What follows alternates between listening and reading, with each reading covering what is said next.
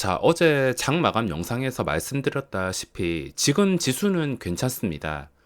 오전에 살리지 못하고 이게 무너졌다면 오전에 코스피 마이너스 0.76%, 코스닥 마이너스 86%, 여기서 계속해서 무너졌다면 큰일 날 뻔했는데 이걸 무너뜨리지 않고 살렸다는 것은 지수가 이제는 유지를 해주겠다.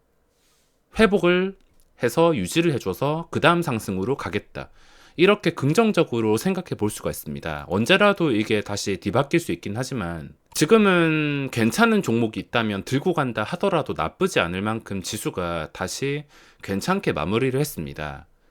요즘에 종목들의 무빙이 좀 까다롭긴 하지만 충분히 돈 벌 구멍이 여러 개 보이긴 하지만 가장 안전하게 하기 위해서는 첫 번째로 좋은 종목을 찾은 다음에 그 종목이 제발 눌리기를 기다리면서 내가 원하는 가격까지 눌렸을 때 매수한 뒤에 자신의 그릇과 엉덩이 무게에 따라서 시장 분위기에 따라서 먹는 방법이 있습니다. 종목의 흐름은 정말 단순하다 보시면 되는데 어차피 지금 시장에서 주목받고 인기 있는 종목들은 그 순간만큼은 싸게 사고 싶은 사람들이 줄을 섰기 때문에 주가가 일시적으로 떨어지지 않습니다. 예를 들어서 그전 고점에 비해서 크게 오르지 않은 채 이제 신고가를 찍었다던가 아니면 처음 출발하는 거래량이 실린 장대 양봉이 나왔다던가 이런 종목들을 보시면 그 다음 날에 눌림에서 사면은 중간중간에 올라오고 눌림에서 사면 올라오고 뭔가 특별한 날 뒤에 이틀 동안은 눌림목 매매가 굉장히 잘 통할 수가 있습니다.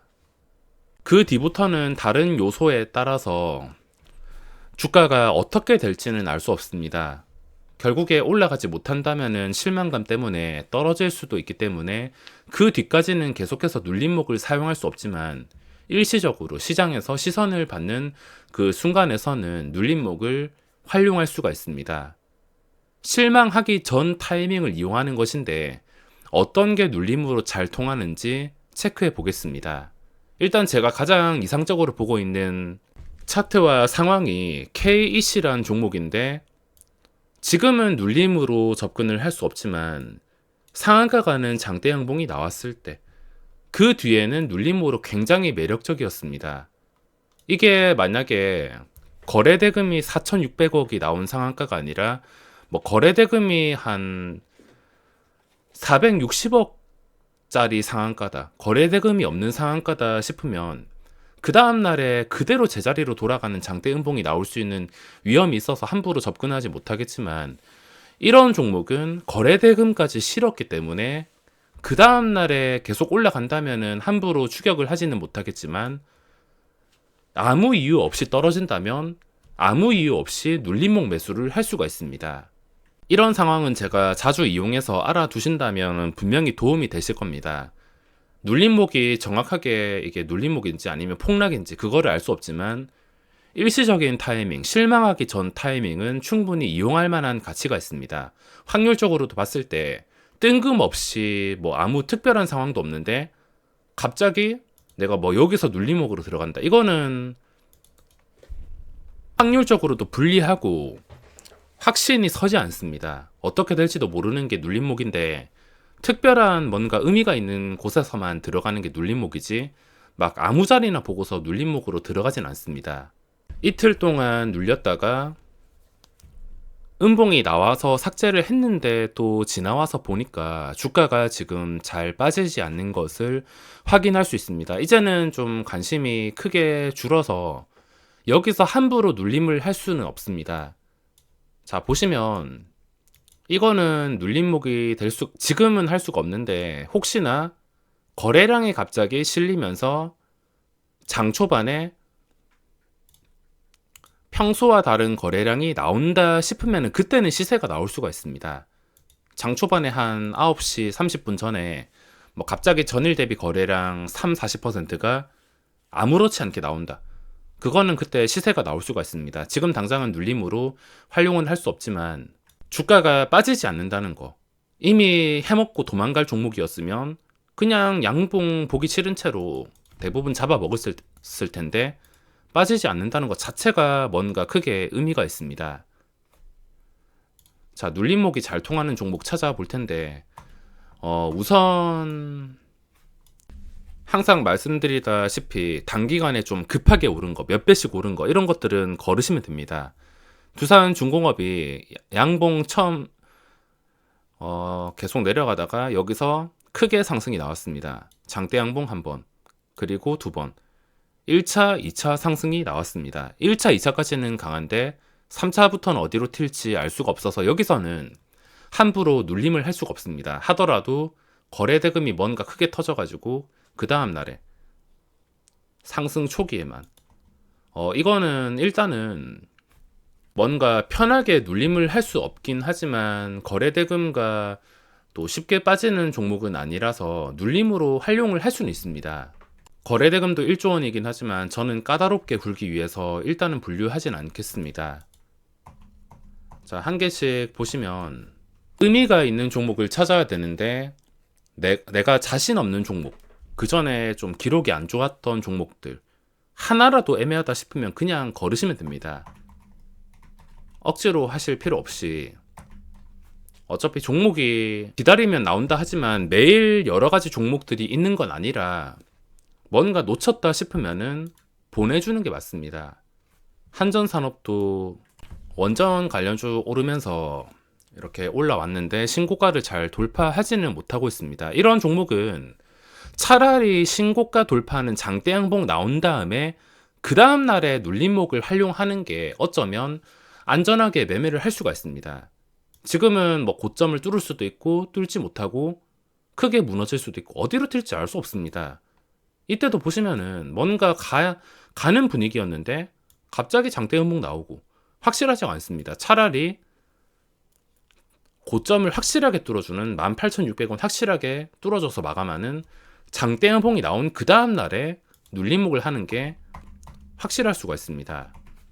내가 작정하고 눌림목만 하겠다 하시는 분들은 관심을 둘 필요가 없습니다.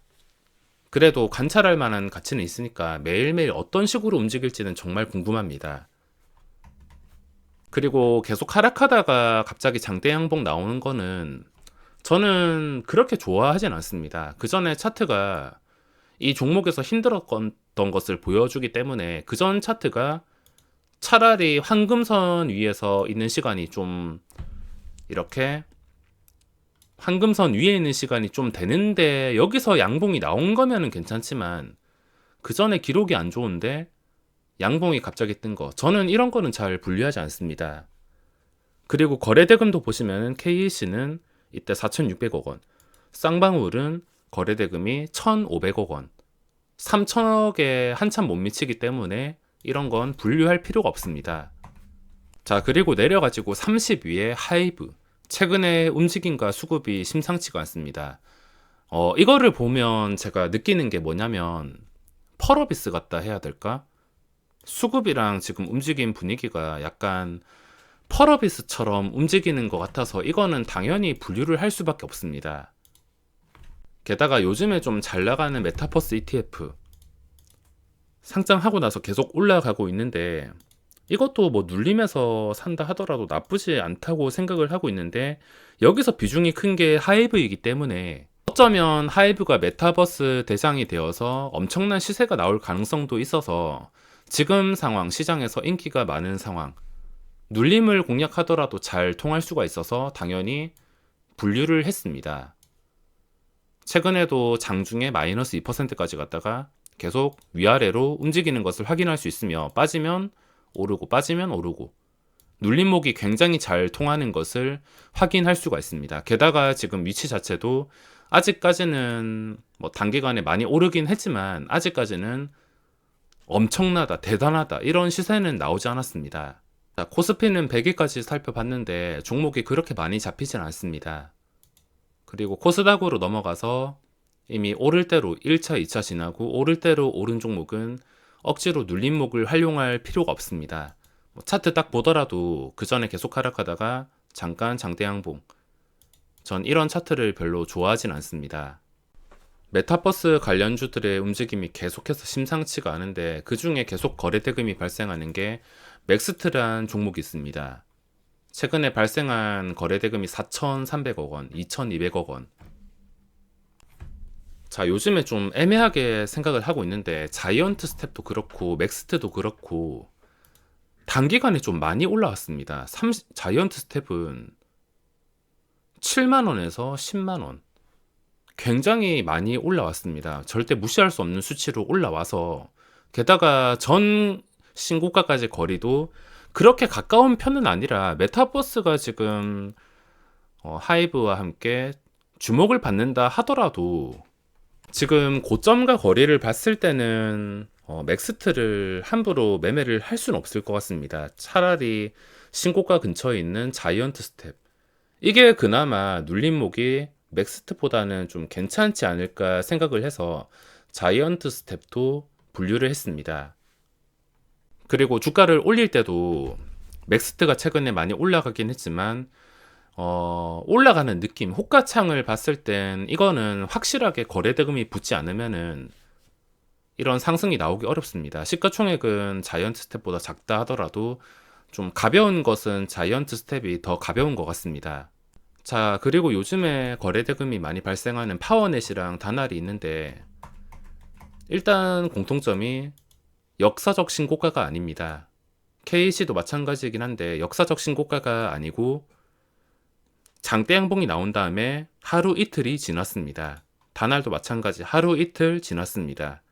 이렇게 될 경우에는 며칠 더 지켜보다가 확실하게 2차 상승이 나온다 싶을 때 그때 결정할 수 있지. 지금은 당장 하루 이틀이 지났기 때문에 눌림으로 활용을 할 수가 없습니다.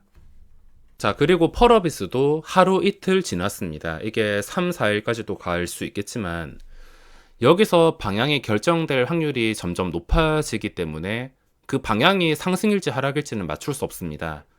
지금 분위기로 봤을 때 상승이긴 한데 요즘에 움직임을 맞추는 것은 정말 어렵기 때문에 하루 이틀 지났으면은 방향이 결정될 수 있어서 눌림목으로는 적당하지 않습니다. 그리고 이메이드처럼 많이 오른 종목은 제외.